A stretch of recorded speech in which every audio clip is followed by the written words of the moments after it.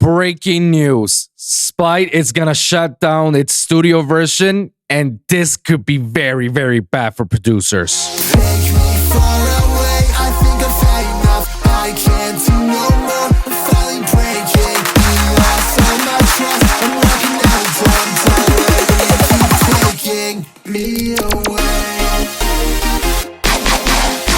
Mic check. 1, 2, 3, 4.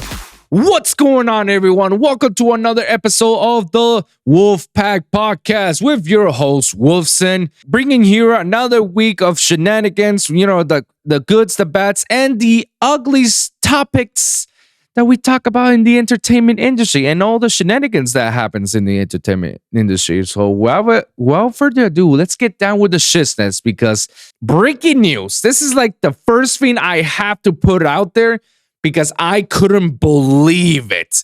And it's wild to me even to think about that. But Splice is shutting down its studio version.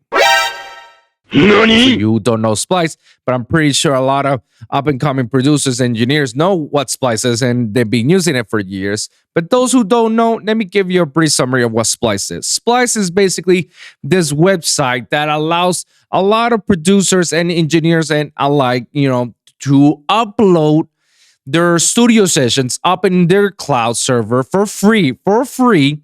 You can upload as many as you want. There's no limit to it, and then you can download it later. So in the unlikely worst case scenario that your computer completely got shut down and got erased, and all your sessions were out, or even when your session got corrupted, you can't open it, like something went down, or you want to go back again to original rules of the session, Splice gave you that opportunity to do so. It allows you to download all the sessions and every other things that you've upload over the years. It's basically a producer's dream of cloud, because it's a cloud storage. Just upload all your sessions right there.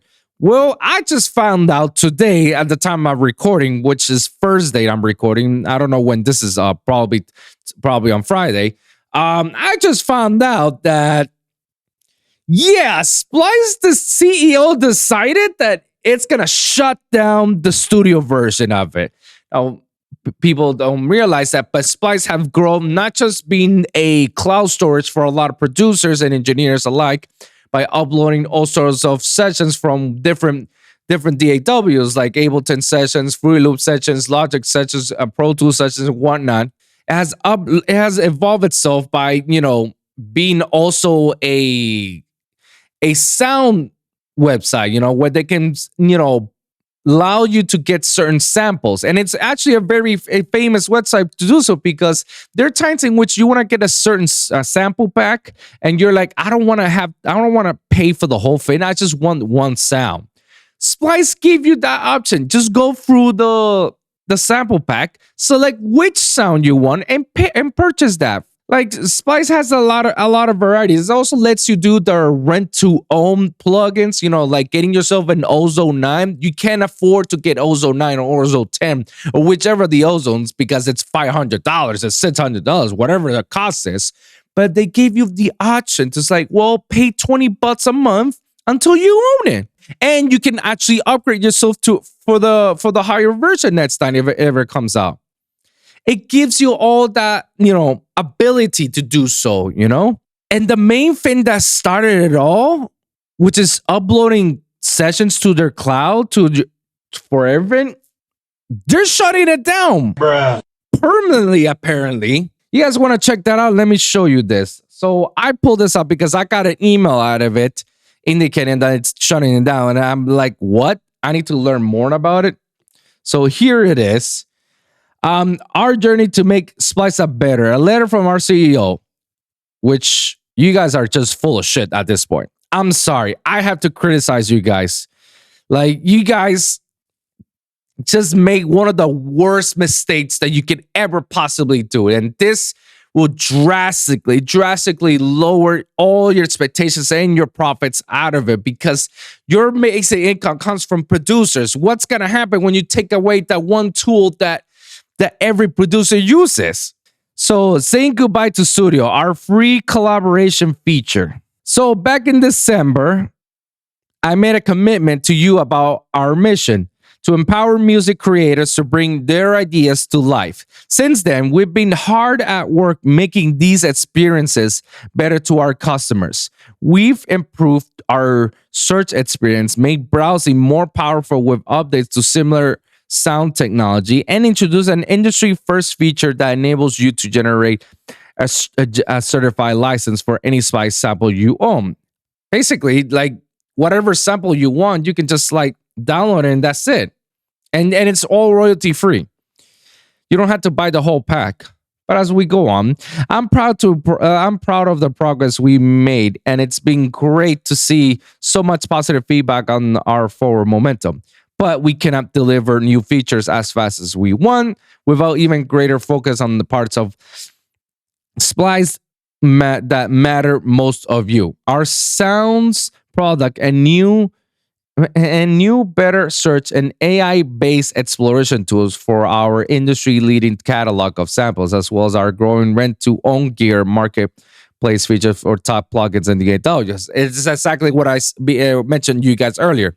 These guys are like literally one of the best of getting sample packs out there and download one sample or download 10 based off whatever you want for a certain amount of credits, and as well as the rent-to-own feature. You know, it's been knowing great about it. But their biggest earner was the studio version. The studio version that allows you to upload all your sessions into a cloud and download it in whichever computer, on your own computer or your home's computer, and go back and forth with your things. As a result, we made the decision to shut down Studio, the free collaboration feature we launched in 2014. Although the potential of Studio to help music creators collaborate was core to our founding ideology, this feature hasn't been a focus for us since 2017. Simply put, we haven't been able to provide the quality of experience of which we can be proud.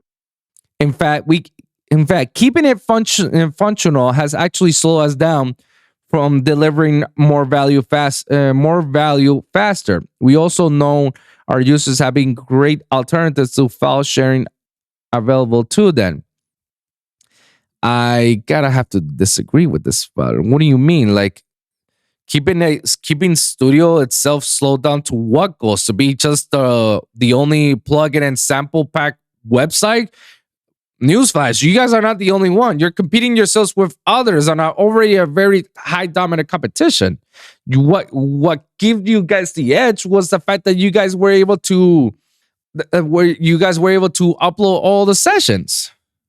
Today, March 9, we're removing the ability to add stands, bounds, and collaborators, and turning off the feature to create new studio projects on the Splice website. We are also redirecting our community tab to our thriving Discord community where Splice creators can meet, mix, and connect. Oh, this is such bullshit.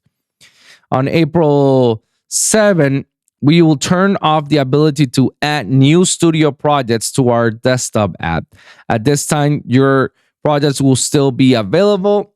Then on May 31st, 2023, we will remove the studio item from the web menu and remove projects tab from desktop completely, meaning your sessions and revisions will no longer automatically sync and studio projects will no longer be available. We know some of you will be affected by this studio shutdown. No shit. If you have any questions, please contact our support team using this dedicated link, which is horseshit to me.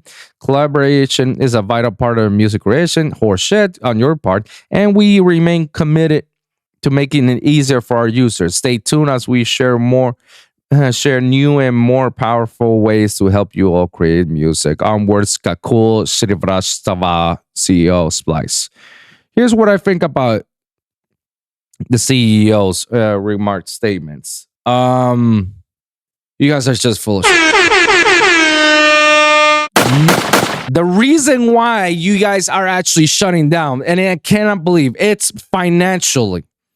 Because you're not making money out of it. It's a free collaboration, which you guys literally regret doing it. And now we, the consumers, are paying the price for it. Slowing you guys down? Get out of here. Like, what are we slowing you guys down? What, slowing down some certain programs? Are you telling me that you can hire actually more programmers to continue making arrangements out of it? Like, get out of here, bro. What I feel about that, it's just, they're just making an excuse as to like, we're done making free stuff, and for now on, it's just gonna be like pay stuff, like subscription based, like rent to own things. Like, this is how it's gonna be. No more free stuff, uploading your stuff, which sucks because that's basically the basis of a lot of producers and engineers. Congratulations. You're literally taking away a producer and engineer's livelihood. Sometimes we cannot rely on external hard drives or even computer hard drives because there's times that it gets corrupted. There are times in which it gets deleted, which is why we do your Splice. Sure, but there's G Drive, there's Google Drive, there's Dropbox, there's bots, there's a bunch of other file sharing websites. Yes. But most of them, we have to purchase. Some of us don't have the luxury to like, all right, add another $5 subscription or add another $10 subscription.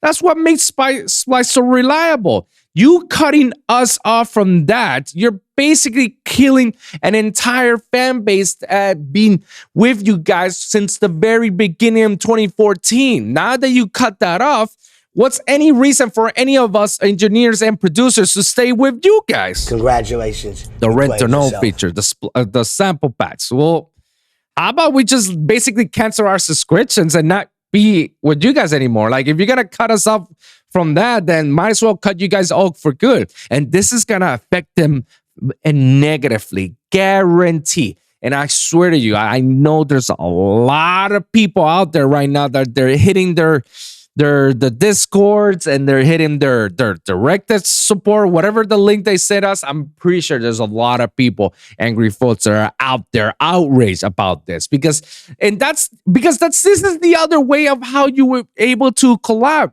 freely. Like, let me tell you, I can upload a session right now and I share it to someone out on the other side of the world, and they can download the session with the stems and everything and the plugins. And we all have the same plugins and whatnot.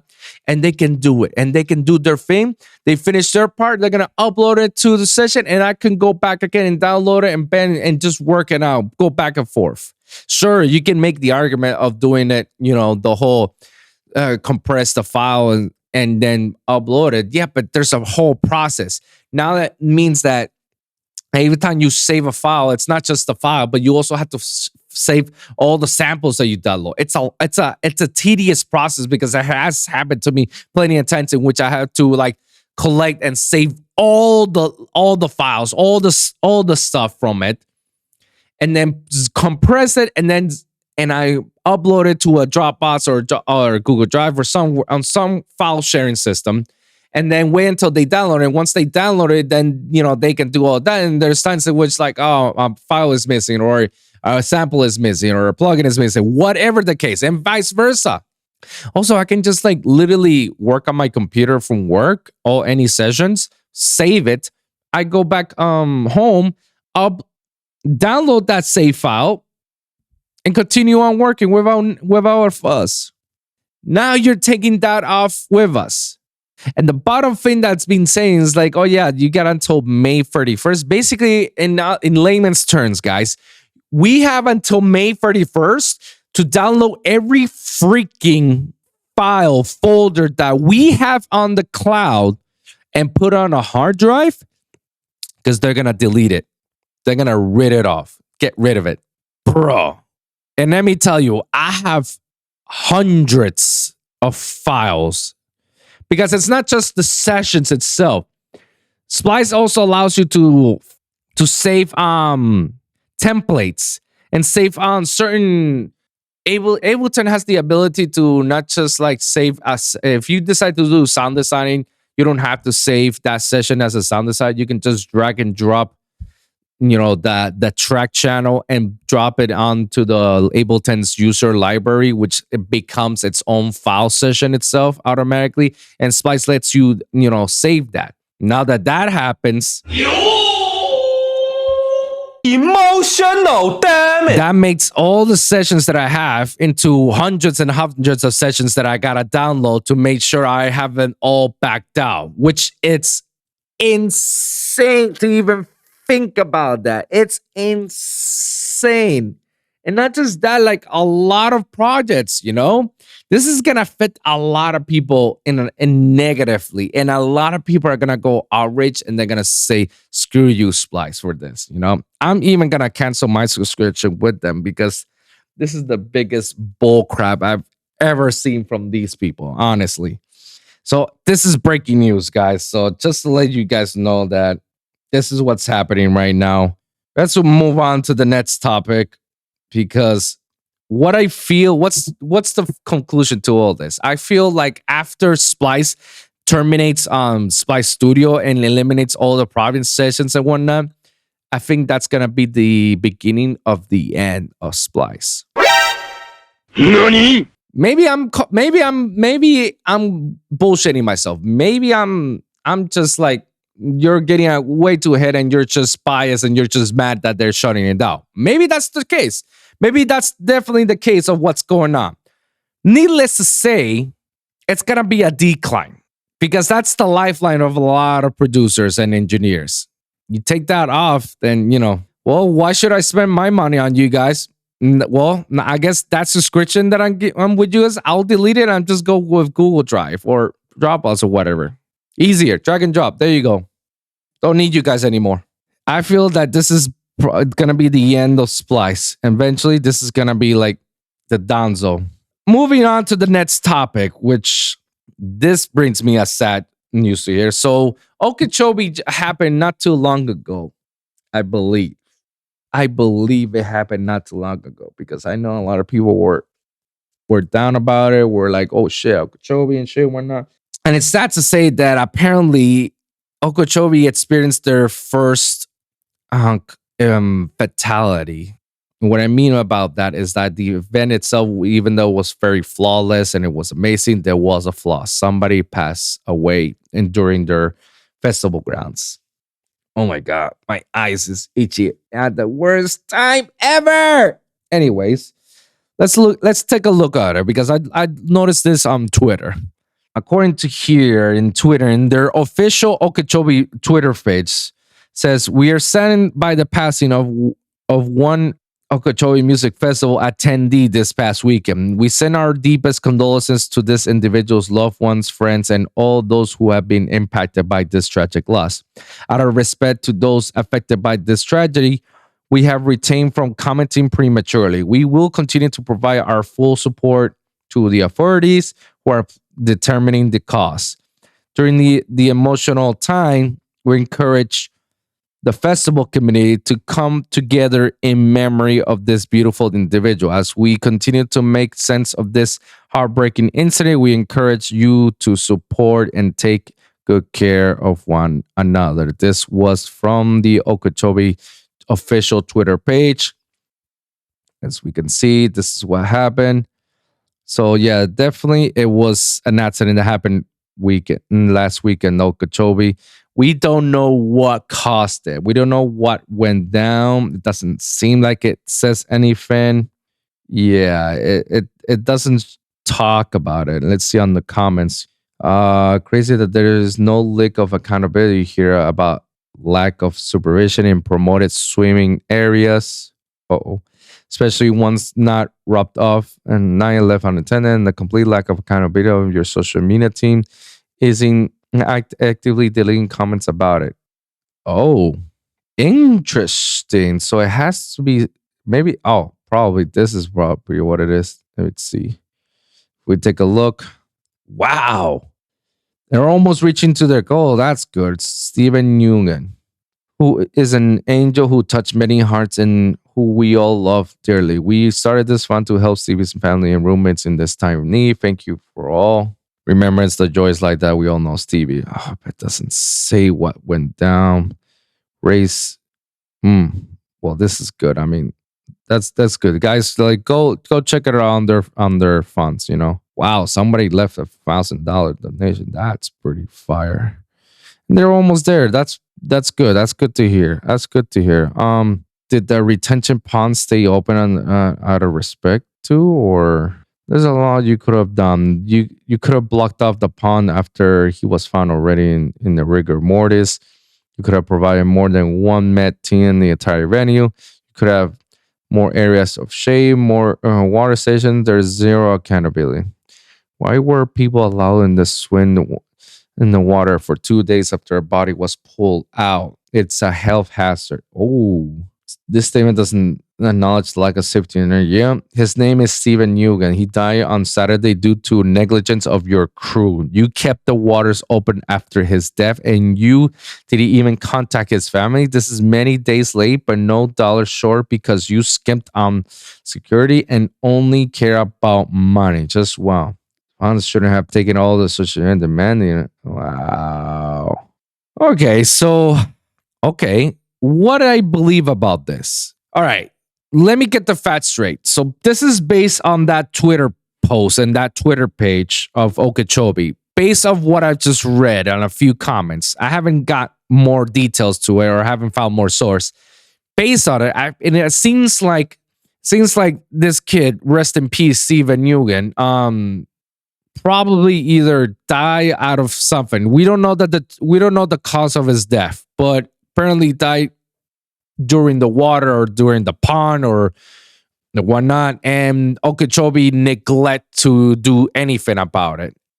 And based on all the people that were saying that apparently there weren't that many medical tents, there weren't that many attention, and they continued to let that pond open even after his death, which is highly hazardous and can affect the water, can affect the people. And guys, this is basically how viruses starts, basically, because of a decomp. I'm not saying that he was on decomposition, but once you die, there's a certain level of decomposition that starts to begin with your body, you know. And if you don't treat it right away, it'll decompose very fast, you know. So if it was in the water for a while and it didn't do anything, yeah, I feel like Okeechobee needs to be held responsible. I feel like lawsuits should be pulled out. If that's the case and Okeechobee didn't do their best about it and they only have one medical tent, that's kind of like rookie mistake on their part. One medical tent, I feel like a lot of festivals should have like one on every stage or something like that, like at least. And the lack of security, I don't know. Those are people talking shit. I'm just saying allegedly, and I'm saying it in based on what I've been reading over the comments. This is what the information I don't know any more information, but I will follow up afterwards once there's more to it, you know. But based on what I've seen, it was like, okay, Toby, you're in deep waters. No pun intended. This was a huge mistake, and not saying that deaths don't happen on festivals. Deaths do happen. Very rare when it happens, but it does happen, you know. And sometimes it's definitely the victim's fault for putting themselves in that situation because of drugs and other anomalies. But at the same time, it's also the festival's fault for not taking accountability and not taking certain precautions and actions to avoid that certain death. You know, there's blame in both sides, but in this case, it seems like there's the blame goes straightly to them because they could have done something about it, but they wished not to do it or didn't act upon it. You know. I don't know. I'm gonna follow up about this. All I know is like rest in peace to a young man that she died way too young. And yeah, guys, if you guys want to donate, go to the GoFundMe page and donate some money. Yeah, Okeechobee, that post that you guys made doesn't take any accountability, and that was kind of weak how you guys handle it. And there's no right or wrong for you guys. Anything you say would not please everybody. Everybody's gonna be on an outroar and an outrage against you guys. That, needless to say, you guys could have addressed some of it, you know, and address some of this, but I'm pretty sure they're trying to save face and not give too much information and get everything misconstrued. We'll see what happens, honestly. We'll see what happens, but it's like, it's no bueno, you know, and they should have done better. I know other festivals have acted much more appropriately, even though there was death in those circumstances. I've heard that they were still responsive responsive about it, and they were still taking accountability to their actions and doing something behind it. But no bueno, no bueno. Let's move on to the next topic. On the next topic, which is something that caught my attention, and it's YouTube updated its cursing policy. What does that mean? There's like certain things that you're not allowed to do on YouTube. When most of the time, when you're a content creator and you're making videos, you're not allowed to curse. Yes, guys, you're not allowed to curse. And apparently, you're not allowed to curse. You are allowed to curse, but it limits your ads and revenues and whatnot. But apparently, YouTube updated their policy, and I guess we're about to find out some of it because I found out about it for this guy, creator liaison, YouTube liaison. I don't know if he's actually a legit YouTube liaison, and it tells you some guidelines. We're gonna take a look at it, see what these guidelines are. Late last year, YouTube updated the ad-friendly guidelines around profanity, which videos get green or yellow icons, monetized or demonetized. We read your feedback, watched your videos, we've listened, we've heard you, and here's Connor from our ads policy team with a fresh update. Upon reviewing our own enforcement data, we found the profanity policy resulted in a stricter approach than we intended. As a result, we are making the following changes to better reflect the goals of our initial update in November. We are no longer treating all profanity equally. Go watch the whole entire video on the Creator Insider YouTube channel for all the details, including how re-reviews are going to work, and then let us know what you think. Late last year, Yeah, I'm gonna watch that crap, the whole video. Get the fuck out of here. So as of today, all curse words are no longer treated the same. Moderate profanity anytime can get the green icon. F-bombs in first 7 seconds or repeatedly can receive limited ads. That's what? I don't understand. Background music with profanity can now get ads. Really? Profanity in title /fun still can run ads. Okay. Let's take a closer look at the comment section and all this. Because now I'm very curious. We're always listening to creator feedback. Learn about our. This is all about bull crap, honestly, because I feel like there's now remove the pathetic replacements for curse words in automatic captions, which treats YouTube captions. This is like children. Love the way you guys listen to the creators. Oh my god, and some of these comments, bro, they're just absolutely.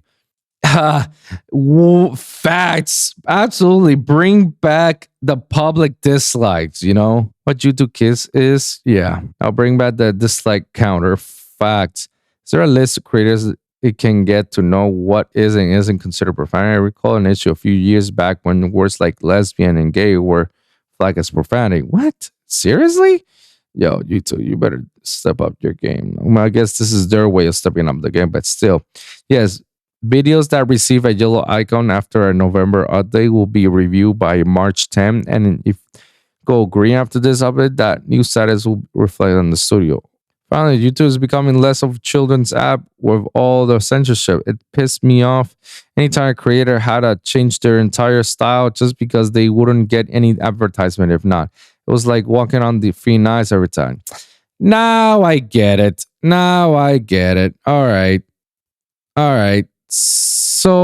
So here's what I get. So recently, YouTube is updating their new policy when it turns to profanity, because I'm pretty sure a lot of people have been complaining. A lot of content creators have been complaining about, like, guys, like, I can't run ads because I can say certain shits, like I can curse and whatnot. Like, that's bogus, Oh no, children are watching. But that's exactly why YouTube Kids is made of, as one commenter said. And now they're like, you know what? Certain profanities is okay, If you drop the F-bomb once in a while, it might be tricky. But if you don't, then, we can get a password. I guess this is exactly what a lot of content creators were complaining about over the years, that, they have to be careful what they're saying, because if not, it's going to get limited reviews and they're going to get no limited ads on their videos because they curse in their videos, which I always thought that was like very stupid to begin with. Like, all right, you know that YouTube is not made for kids. YouTube is made for anything that's like for teens and mature, you know? So like cut the profanity thing. It's just ridiculous. And oh, you're gonna punish us because I drop an F-bomb once in a while? Like, we're adults. Like, this is what we do. Boy, I farted so bad it smells. Anyways, that's good. I didn't care about it because I was still cursing around on all my platforms, whether on the Lone Wolf podcast or this podcast, the Wolf Pack. I still curse around, not that often, but I still throw a few F-bombs here and there, and I still didn't give a shit. You know, I still don't. You know, as my answers to it. Then updating their policies, I guess that's good. You know, now we can be much more flexible with the stuff that we say a little bit. But I don't know. A better update policy will be bringing back the dislike in public. You know, I see some content creators that they do have a way to see the dislike ratios on other videos. I don't know how they do it. Probably it's an extension or something. I don't know. But yeah, I would prefer to bring back the public dislikes because that's how it tells you. That's basically how it tells you whether certain videos is good or bad. Because if not, the only thing that they'd be projecting about is, oh yeah, that this video is good. And this is some major backlash from YouTube. Like, that was like probably the dumbest thing they could have done. Oh, and affects negatively a certain on YouTube content creators. It's like, really? Bruh. You think? They're saying wild stuff. Obviously, that's why there's the dislike. So that way they know like what that video needs to shut down or they need to be removed because what they say was wrong. But no, we need to tender everyone's feelings. Like, fuck your feelings, honestly. Emotional, damn it. Let's move on to the next topic. Let's see. Chris Rock special. Let's talk about that because this is actually a very hot topic. Conversation that's been hitting the news cycle for a while. Let's talk about it. And I pull up an article from CNN that we're gonna take a look at it. So last Sunday, or not last Saturday, last Saturday, Netflix did a for one of the kind Netflix Live on Chris Rock's comedy special, and apparently that special talks about all of the selective outrage and talking about Will Smith's, you know, slap that happened last year during the Oscars. Me and my fiance, we managed to watch the special all the way from beginning to end. My thoughts? It was a good special. There was a few laughs here and there, but it wasn't like crying my ass off special. Like, I feel like I've laughed so hard on a lot of Chris Rock movies, but I'm not in this. This special, it was like, it was good. It was just good. I got a few chuckles. I won't be seeing this again. A lot of people say they loved it. That was amazing. I don't know why. I get the jokes, but there's sometimes that Chris tends to repeat the joke over and over because it feels like we haven't listened it to the first time.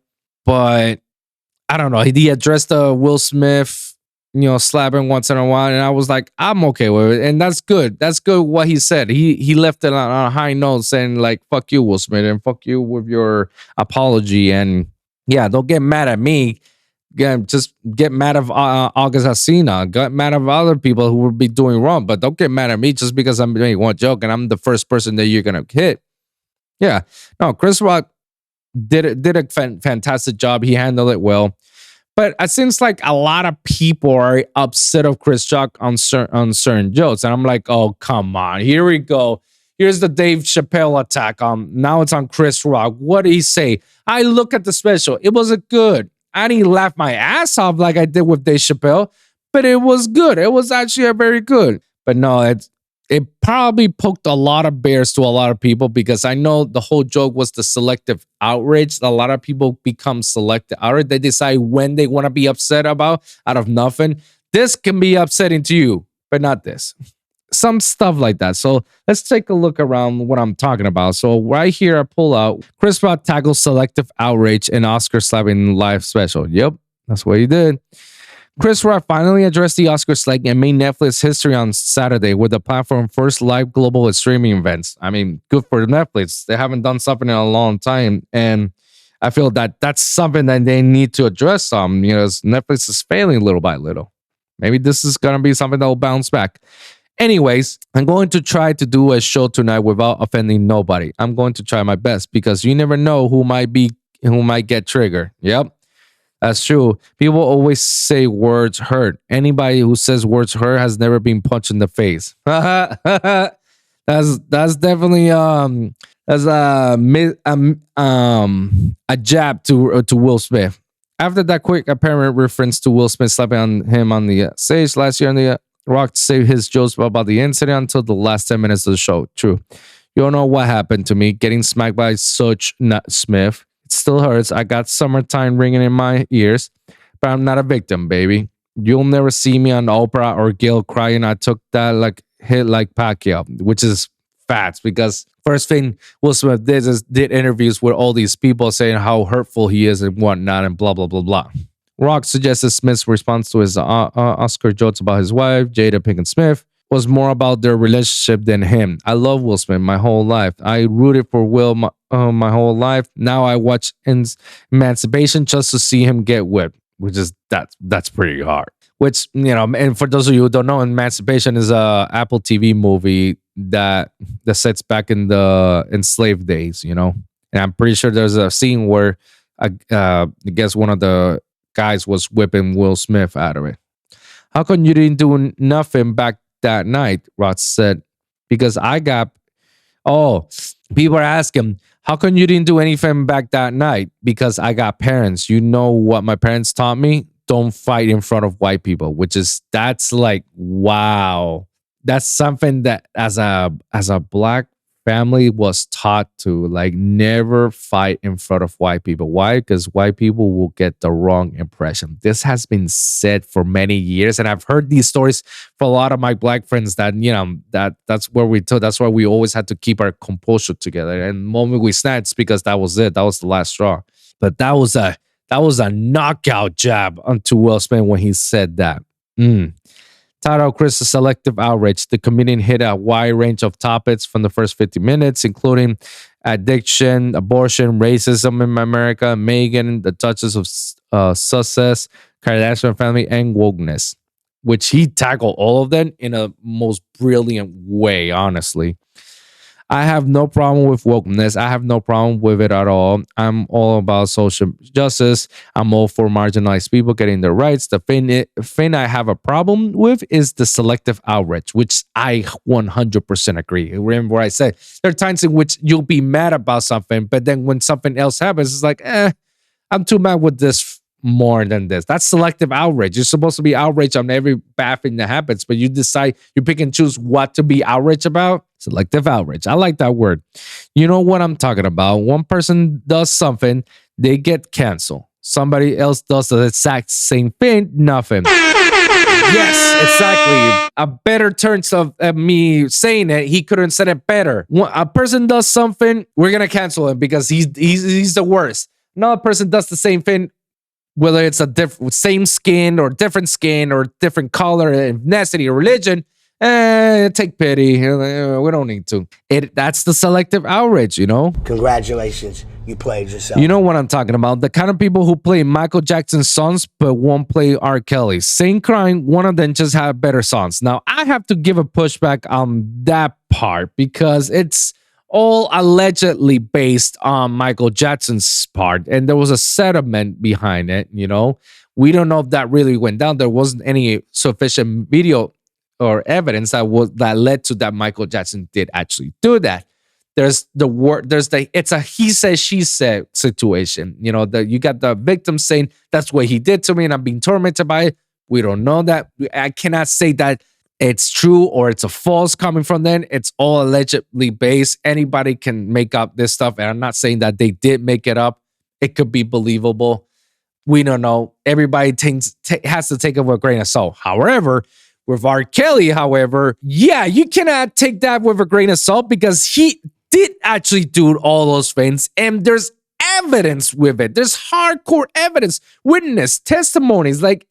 You name it. There's like amount of evidence towards it. There was a video of it. Like, that's the difference. R. Kelly did do all that stuff, you know?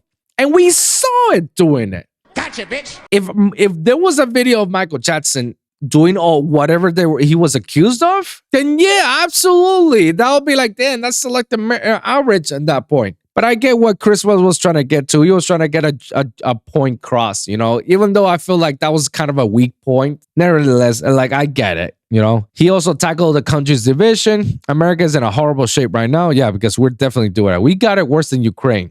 Yeah, I said it. You know why? Because Ukraine is united and America is clearly divided. Facts.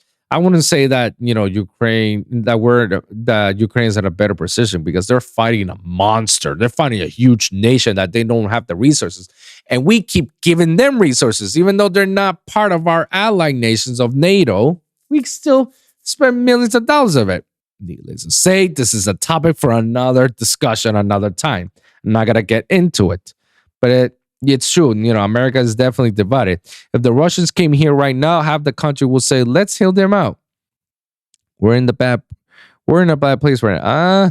I don't know. If the Russians decide to invade America, it'll be like Red Dawn. Facts.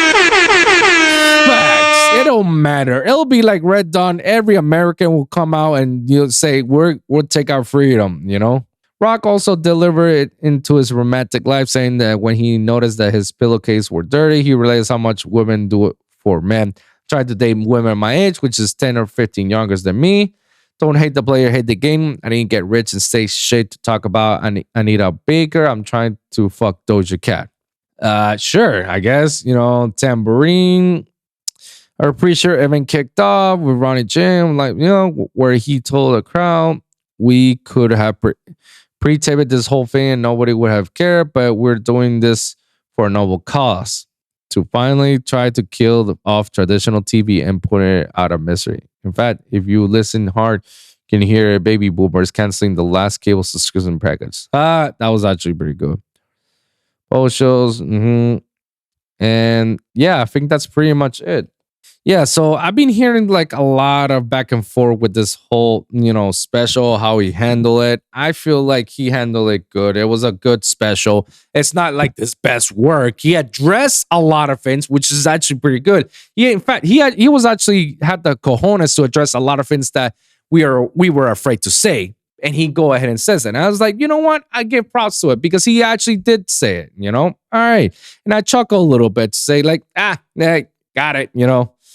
But as of me laughing my ass off, the way how Dave Chappelle did it for me and Andrew Schultz and other guys, like, it was good. It was like, yeah, I got it. I get it. Like the Family Guy, you know, Joe's, I got it. Yeah, but it wasn't like, crying my ass off. Like, no, it was good. It was good. It wasn't like a lot of people like Charlemagne the God will put it out in that pedestal. It's like, oh my God, that was brilliant. It was good. I'm like, stop being biased. All right, Charlemagne. Like, that's a little bit too harsh. You know, that's a little bit too much. All right. Like, it's not that. And I've been a Chris Rock fan my whole life as well. You know, I've been watching all his movies and I always have a good time watching his movies, but this one was not one of them, you know, unfortunately. It was just a good one at best. Anybody says otherwise that Chris Rock special is great or is bad, let me know in the comments down below. Let's move on to the last topic so we can end it with a high note. There's this anime show that's called Demon Seiyuki Metsuyu no Jaiba. They announced that they're releasing the next season, and I'm excited because I'm a fan of it as well. And we were able to get a preview of the season by going to movie theaters and watch the premiere of the season, which typically will be like an hour special. When I take a look at the runtime, I'm like, holy shit, 1 hour and 50 minutes. Damn, well, like this is one hell of a runtime. What's gonna be doing for the first parts? You know, it's just the season. It's the season. You know, it's a movie. My first initial thought is like, oh, it's gonna be a TV recap, and then it's gonna start with the season. You know, like everything that happened till now and where we are right now. And you know, I was like, okay, cool. Until I start watching it and I'm like, I can't believe I wasted money and time on watching this bull crap. Bro, these people were so lazy that they only did a quick recap on the first 2 seasons of Demon Slayer, and then ended that a recap ended with slapping 2 episodes of the last season. What do you mean by that? Well, they did a nice recap of how it started, how has it been going, then moving on to the movie, the Mugen Train, how it went down, how it ended, and then started a little bit with the second season, all the way to the end of the last season, which was like the last 2 episodes where they talk about, well, it's not that talk about, it's that it was literally the last 2 episodes of the season.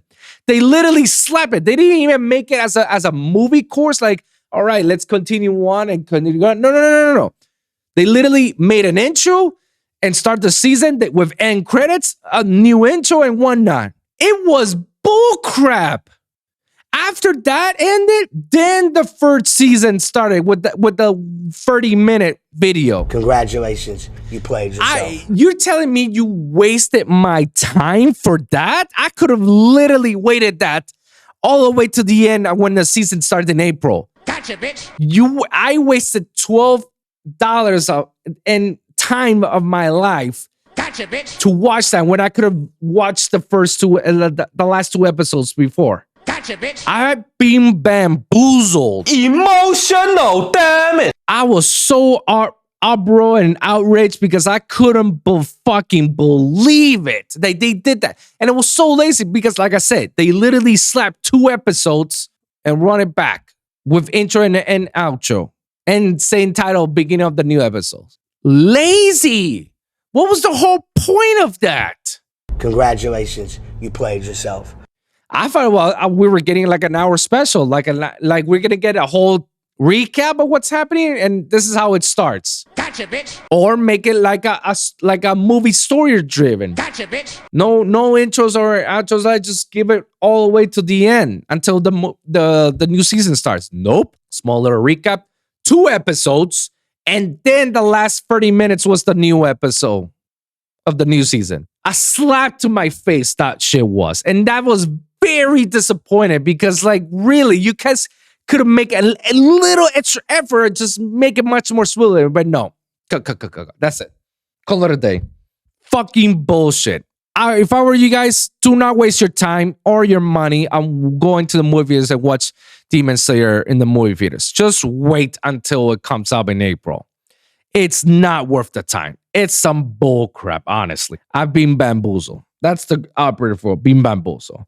We're gonna wrap it up right there. You know, guys, let me know what you guys think about the Sun shutdown of Splice Studios, the Okeechobee Fest, Chris Rock special, and you know, let me know, guys, because boy, it's just a lot that's just happening in 1 week, you know. But that's what we're here for, guys, to report what's going on, guys. Thank you guys for listening and tuning in. And remember, every week is a brand new episode or brand new topic. So always remember to like and subscribe for your weekly episodes at the Lone Wolv Podcast for SoundCloud, Spotify, Apple Podcasts, and iHeartRadio. And of course, the YouTube channel at youtube.com/The Lone Wolv Podcast or at Lone Wolv Pod. Yes, guys, you can listen the Wolfpack podcast under the umbrella of the Lone Wolv Podcast, guys. So that's why it's under that. Comment down below. Let me hear your thoughts. Share your experiences.